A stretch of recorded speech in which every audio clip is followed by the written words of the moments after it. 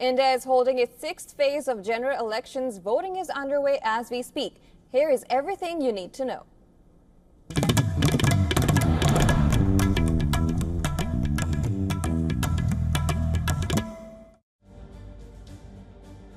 The fight for the lower house of the Indian Parliament has reached its sixth and penultimate phase. 429 seats were contested in the first 5 phases. The sixth phase will see voting on 58 more seats across 6 states and 2 union territories. Let's put this on a map. All 7 seats in Delhi and 10 in Haryana are up for grabs. Voting in Jammu and Kashmir's Anantnag and Rajouri was slated for phase 3, but was delayed after objections by the ruling party. Both places will have voting in this phase, and the hope is that the turnout will be high like the rest of Jammu and Kashmir. After this phase, voting will conclude in the Union Territory. Elections will continue in the rest of the states that go to the polls in the sixth phase, like Bihar, Jharkhand, Odisha, Uttar Pradesh and West Bengal. Let's look at the key faces, starting with Delhi, that is definitely in the spotlight. The Indian National Congress and Aam Aadmi Party have a seat-sharing formula. In the 7 seats, AAP has fielded candidates on 4 seats and the Congress on 3, all against the BJP. Interestingly, the BJP won all seats in Delhi last time. This time, the competition is expected to be tougher in New Delhi, with BJP fielding former External Affairs Minister Sushma Swaraj's daughter, and the AAP naming lawyer-turned-politician Somnath Bharti against her. The Congress has put up Kanhaiya Kumar in northeast Delhi, who is likely to have an uphill battle against BJP's celebrity face Manoj Tiwari. BJP leader and Union Minister Rao Inderjeet Singh is hoping to continue his victory run from Haryana's Gurgaon, a satellite city on the outskirts of Delhi. Against him is actor-turned-politician Raj Babbar of the Congress. In Uttar Pradesh, a fierce battle is expected in Azamgarh, where the cousin of Samajwadi Party's President Akhilesh Yadav will take on the BJP's candidate, actor-singer Dinesh Lal Yadav, who is looking to retain his seat. In Jammu and Kashmir, former Chief Minister and the PDP's Mehbooba Mufti is aiming to enter Parliament from Anantnag Rajouri. She is facing Mian Altaf Ahmed of the National Conference Party. Coming to logistics, 1 million polling stations have been set up for the elections, with 15 million polling agents and 5.5 million voting machines. Voting starts at 7 AM local time and ends at 6 PM. So if it happens to be your turn to vote, go out and cast your vote. Bureau Report, WION World is One.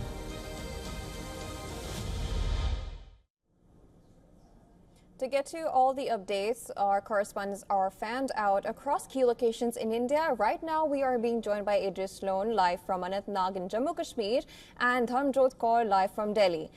So I'm coming to you first, Dharmjot. Now, all 7 Lok Sabha constituencies in the capital are voting today, and these are the seats which were clearly won by the BJP last election. And now we have the AAP and the Congress on a seat-sharing formula. Tell us about the build-up to these crucial elections. Well, Jyotsna, in the past couple of months, we've seen how the political landscape of Delhi has remained very, very intense. We saw the sitting Delhi Chief Minister from the Aam Aadmi Party, Arvind Kejriwal, who, being taken by the Enforcement Directorate and put under remand. He was further put under judicial custody, and he is currently out now on bail to campaign for the party. Now, of course, this comes at a time, when the election fever is so high. So it is expected that voters will be turning out in large numbers in what is being called litmus test for the Aam Aadmi Party and also for the Bharatiya Janata Party, which has been sitting comfortably in this position for about 2 Lok Sabha elections now.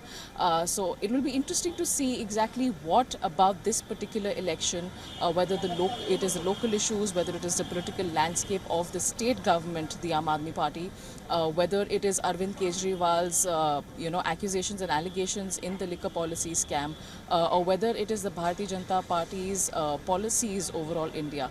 Which of these things will actually stick out for the voters, and what is it that they will come out today and vote for? So it's going to be very interesting to see which way this goes. Jyotsna?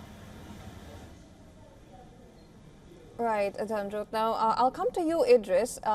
Now, India bloc partners pitted against each other in Anantnag's seat, which was moved from third phase. Can you tell us about the contest and why is it particularly interesting?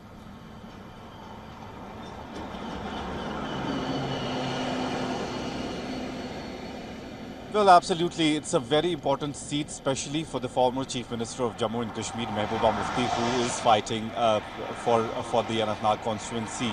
The National Conference in the PDP, which is an alliance partner in the India Alliance Group, have decided long ago that they've, at least in the Kashmir region, they will not go along with each other because the National Conference had already said that they don't see PDP making any difference to the winning of National Conference, and that's one of the reasons that they don't want them along in the Kashmir region. But in Jammu region, we've seen both the political parties, the regional political parties, National Conference and PDP, supporting the Congress. In especially the Anantnag seat, we saw that National Conference pitted Mia Altaf against the PDP's chief Mehbooba Mufti, while as the other regional political parties like Apni Party and People's Conference have come together and fielded another candidate with the name of Zafar Manhas.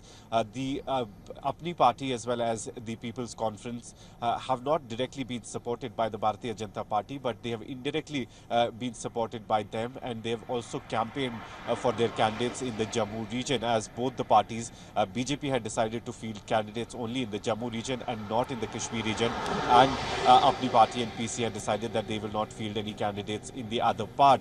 So it was very clear that it was only National Conference and PDP which was left with no choice but to fight against each other in this part of the region. Now, Mehbooba Mufti is one of the stronghold candidates for the Anantnag Assembly parliamentary seat because she has already won this before as well. But this time, after the delimitation, the Poonch and the Rajouri district has been added to it, which makes a big difference because the National Conference seems to have a stronghold in those regions, while as PDP has been aggressively campaigning there as well. But what needs to be seen is whether that will really translate into vote for, especially for Mehbooba Mufti in this election.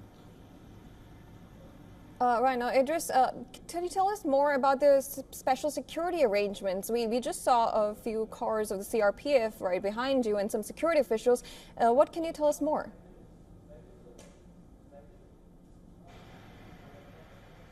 Well, Jyotsna, security has been on high alert since the start of the election. But let me tell you especially about the Anantnag constituency. Just a few days ago, there were twin attacks in this district only, where one former Sarpanch was shot dead by militants, while as there was a tourist couple who had come from Rajasthan who were attacked in the Pahalgam area, which is a tourist spot in South Kashmir. Both of them were critically injured. So after that attack, security forces did alert all the forces, including Jammu and Kashmir Police, Indian Army, and as well as CRPF. And the national highway that also connects Srinagar to Jammu is through Anantnag district, and that's one of the reasons that security was beefed up. If we talk about Poonch and Rajouri district, there are around 18 polling stations which are very close to the line of control. They're also called critical polling stations, and security has been beefed up across the line of control and international border in that region as well. So the authorities are leaving no stone unturned when it comes to security, because they want all the phases, especially this is the last phase of the election in Jammu and Kashmir, which all the other phases have been passed off peacefully, and they want this one to pass off peacefully as well. Right, Idris, we will be tracking more updates. Now, I'm coming back to you, Dharmjot. Now, heatwave in Delhi is a big factor. And in the last 5 phases, we've seen the voter turnout to be about 60 to 65%. And Delhi is one of the states which is under heatwave alert. Now, how big of a role does it play, and what are the measures you can see being taken by the authorities to cater to the voters? Well, Jyotsna, as you rightly pointed out, the temperature through the day is expected to rise exponentially. We're expecting, it to go as high as about 45, 46 degrees Celsius. In fact, it's only 7 a.m. right now, and humidity levels are already very high. But interestingly, the Election Commission and local authorities in Delhi have been pulling out all stops to ensure that voters do come out in large numbers, and they're also comfortable as far as the entire voting process and, waiting in line and all of those other possibilities are concerned. So we've heard some very interesting things from the ground. In the days that led up to the elections here in Delhi, we had local police officials and authorities tie up with Zomato and Swiggy and other such, food delivery apps, to kind of have coupons given out to people who have come out and cast their vote. Cab services and other public transport services are being, put out in the front and being leveraged as free transport for both men and women to encourage voters to come out. As far as facilities at polling stations are concerned, there is ample amount of drinking water available. Polling officials are also ensuring that other fluids like ORS, there's fans and electricity, there's some seating arrangement for the aged over here. So a multitude of factors with regards to heat that is concerning the voters. The local authorities are trying to ensure that they have all arrangements in place. The key question, of course, is as the day progresses, will we see the people of Delhi stepping out in this heat to vote? Jyotsna? Right, so these were our reporters Dhanjot Kaur and Idris Sloan. We will be tracking more developments as we go through the day. So thank you so much for bringing us the latest for now.